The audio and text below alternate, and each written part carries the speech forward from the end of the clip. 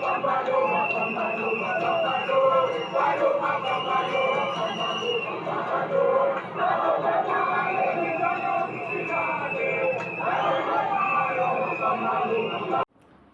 welcome to the Nigerian Bossman, and it's a pleasure to have you on my channel today.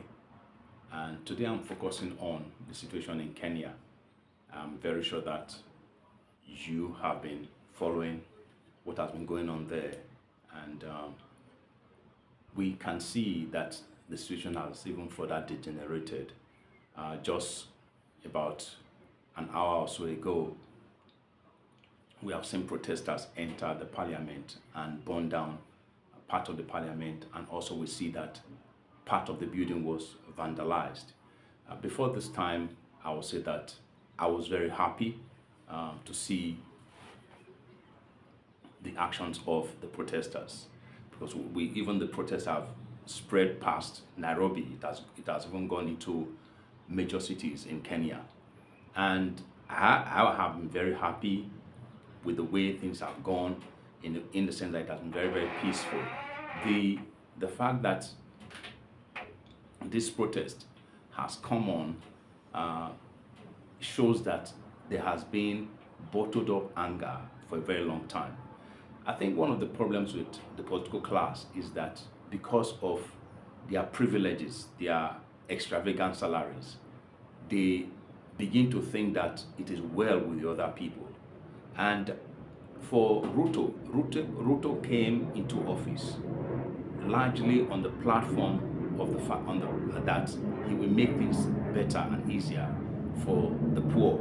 But unfortunately, that has not been the case. That has not been the case. The economic situation of Kenya has even gotten worse. Today, Kenya has a 60%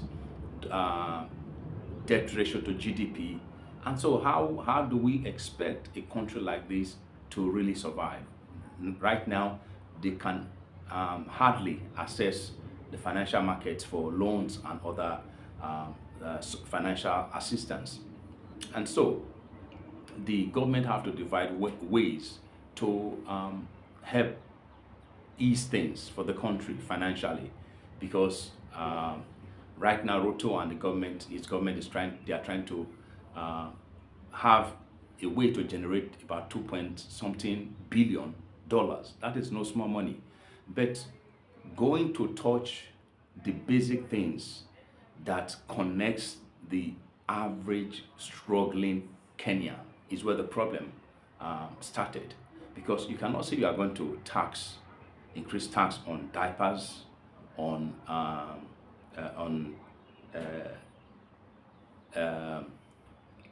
cancer treatment, on bread, taxes on vehicles, even up to 2% of the price of the vehicle annually. I think that's just crazy. And so this is the reason why the people are out protesting. I think I also read that Ruto has said that, okay, they will remove some of the areas where they had wanted to increase taxes. Take, for example, like bread and I think diapers and things like that. But that has not still gone down well with the protesters. And since Tuesday last week, so which means that it's almost a week already, the people have been on the street. And so for me, I commend the Kenyan youth, because they have not sat back, unlike the Nigerian youth have sat down and thinking that change will come on the platform of their complacency. So I commend the Kenyan youth. But the only thing I want to say is that burning down your parliament, that is your national property. That's not going to solve problems. I know you guys are angry, but the support you have gotten so far internationally and is based on how you guys have organized this protest. So you guys continue in the peaceful manner you have been on so far. So know that destroying your national properties will not resolve the problem. The people behind this problem are the political class, because right now you will hear politicians say we are cutting costs, tighten your belt, but they are increasing their own salaries. Kenya lawmakers and Nigerian lawmakers are the highest paid in the world. So go and check the figures. Although that of Nigeria is still shrouded in a lot of secrecy because they know how much they earn, and because of that, they are afraid that if they come publicly to speak about it, it will generate a lot of tension. But Nigerians are aware. But for the Kenyans, because I think there was a comparison made some time ago, and it was found out that the Kenyans earn second in terms of the highest across Africa, even the world. So if we see incidences like this, it is not only them arrogating to themselves these bogus salaries and allowances, but you will see problem of inflated contracts, and these contracts not even being executed. We see issues connected to people looting, stealing the nation's resources. So all these things have facilitated debt increase for for Kenya, Nigeria, and other African countries, because we have seen a problem of a lack of accountability. And if we have a situation like this, we will see that at the end of the day, there will be a time when the consequences will come consequence of financial recklessness will come, and that is what Kenya is facing today. Of course, we know that the COVID problems, issues with the COVID situation also contributed. But before this time, we have always seen the recklessness of the political class. So all this have accumulated over the years. But the issue that Kenya and other African nations should really address is the issue of leadership. There has been a gross failure in leadership. And if the problem of leadership is addressed and the political class become more sensitive to the need of the people, we will see that the connection between the people and the political class will become better, because right now there's a deep disconnect.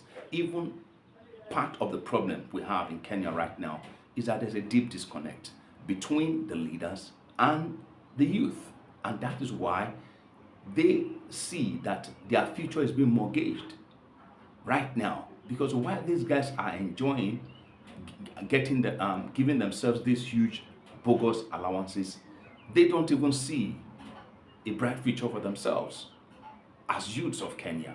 And so that is why they are fighting. And I want to say that although Ruto has already said that he wants to dialogue, this is not the way to go about it, because right now we have seen that the bill has passed the third reading in Parliament. Today it was 196 for and 105 against. So it means that the bill now is just waiting for Ruto to sign it into law. And so for Ruto, he should understand that these guys are not going to back down. Already we have seen casualties. More than 12 people or so are dead. We have seen abduction of protesters in the night in their own homes. We have seen more than 200 injured. I heard that a police officer has sustained an injury. His hand was blown off by a tear gas canister. So all these problems that has accumulated, that has now come as part of this protest, would not have been in the first place if the political class have been more reasonable in the way they address financial matters. So this is a lesson for most African countries, because the fact that the people have been very quiet over the years does not mean that they are stupid. You see, when you push an animal to the wall and the animal does not see any way of escape, it's going to fight back. And that is what we are seeing right now. This is a deep lesson for Nigeria. Tinubu and his government and APC that have been misbehaving over the years, we have seen cases of corruption, looting of resources recklessly into billions of dollars over the years. And these have now created deep misery for the people. So do not think that because the people have been docile and are afraid to speak, that they are dumb. It will come to a climax one day and things will burst, just as we are seeing in Kenya today. So, but as I close, my own appeal to the Kenyans, to the youth, is that I know that you guys are angry, but please keep your protest peaceful. Do not destroy your nation's properties. At the end of the day, you guys, your country's money is still going to spend to review those things. Continue the protest, make it peaceful, and drive your point home so that this political class can realize that you guys are also human. I pray that God will keep you. I pray that God will sustain you. And to the families who have lost their children in this protest, my heart goes out to you. I pray that God will comfort you in this loss of yours. May God bless you. I look forward to seeing you in the next one. Amen.